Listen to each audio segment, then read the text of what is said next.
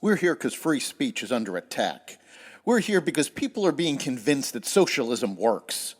We're here because people are being judged guilty until proven innocent. We are fighting back with facts. This is not a safe zone, so buckle up, Buttercup. This is the raw, naked truth.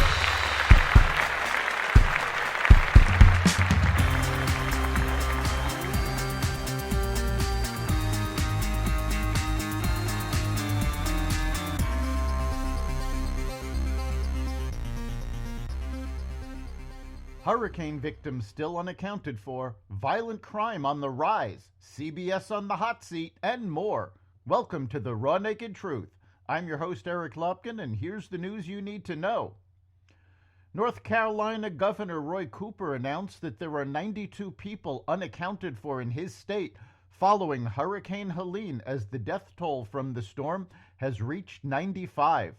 Fatalities have been reported across 21 counties, according to the North Carolina Department of Health and Human Services. The vast majority of those fatalities were reported in Buncombe with 42 deaths, followed by Yancey and Henderson at 11 and 7 respectively.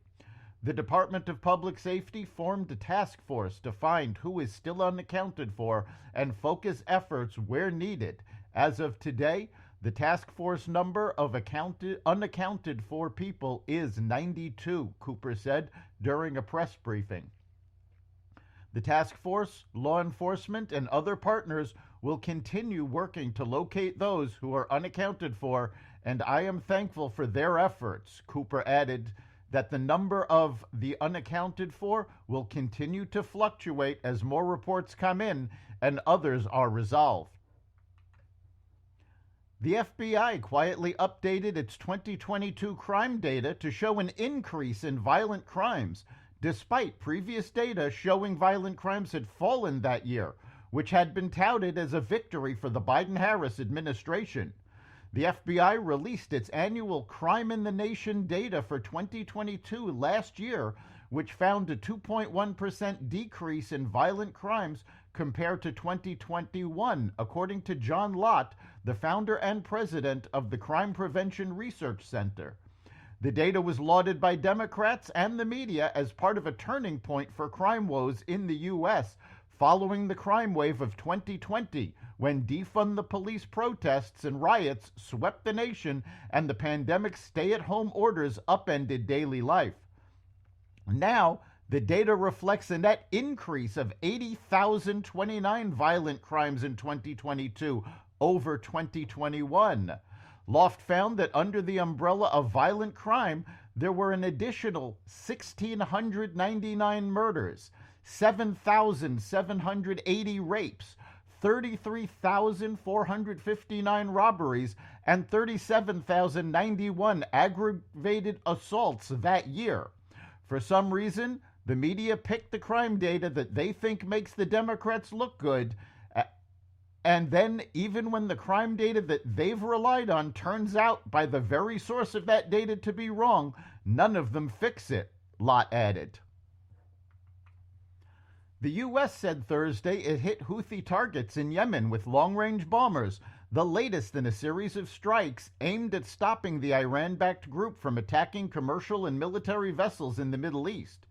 U.S. Air Force and Navy assets, including B-2 Spirit bombers, targeted underground weapons stores that helped the Houthis launch attacks on ships traveling through the Red Sea and the Gulf of Aden, according to the Pentagon, adding that it was assessing the damage from the strikes on the Houthis.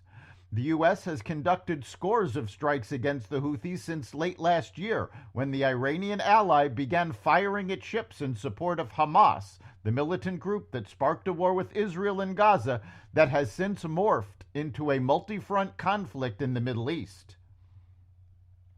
Senator Tom Cotton recently sent a letter to the head of the U.S. Agency for International Development, disclosing that some of the $1 billion in American taxpayer money was likely diverted to Hamas.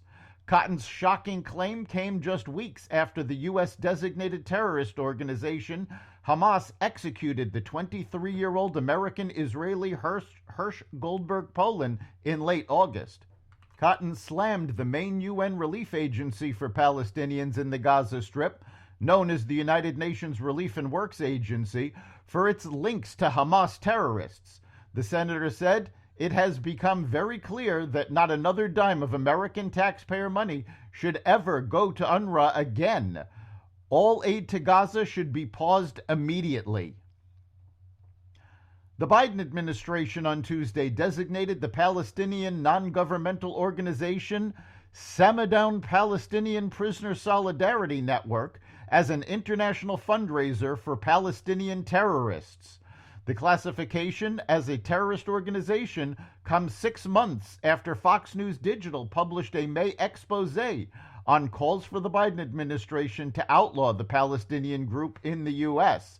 The U.S. Treasury Department announced on its website that in a joint action with Canada, the U.S. Department of the Treasury's Office of Foreign Assets Control designated the Palestinian Prisoners Solidarity Network a sham charity that serves as an international fundraiser for the Popular Front for the Liberation of Palestine terrorist organization.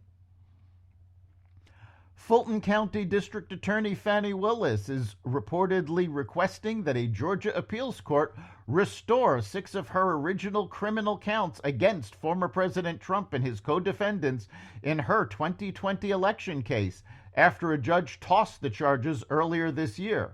Willis filed a brief to the Georgia Court of Appeals requesting it overturn Fulton County Judge Scott McAfee's decision to dismiss charges against Trump and allies, according to the Atlanta Journal-Constitution. McAfee in March dismissed 6 of the charges against Trump, saying Willis failed to allege sufficient detail. Last month, McAfee also dismissed 2 other criminal counts against Trump, saying Willis and Georgia prosecutors had no authority to bring the charges, which related to the alleged filing of false documents in federal court.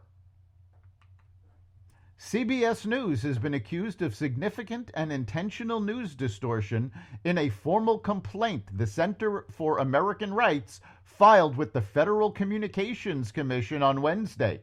CBS News has taken heat in recent days for airing 2 different answers to the same question in its 60 Minutes interview last week with Vice President Kamala Harris.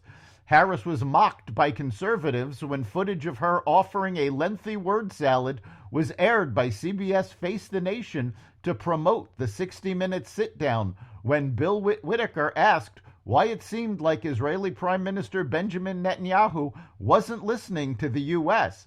However, the vice president's lengthy answer didn't make the version that aired on Monday night on 60 Minutes, and a shorter, more focused answer to the same question was shown instead. That's the Raw Naked Truth. You can catch every episode of The Raw Naked Truth at xvadio.com, the Apple Podcasts app, Google Podcasts, Spotify, iHeartRadio, Audible, Amazon Music, and other platforms that respect freedom of speech. We'll see you next time.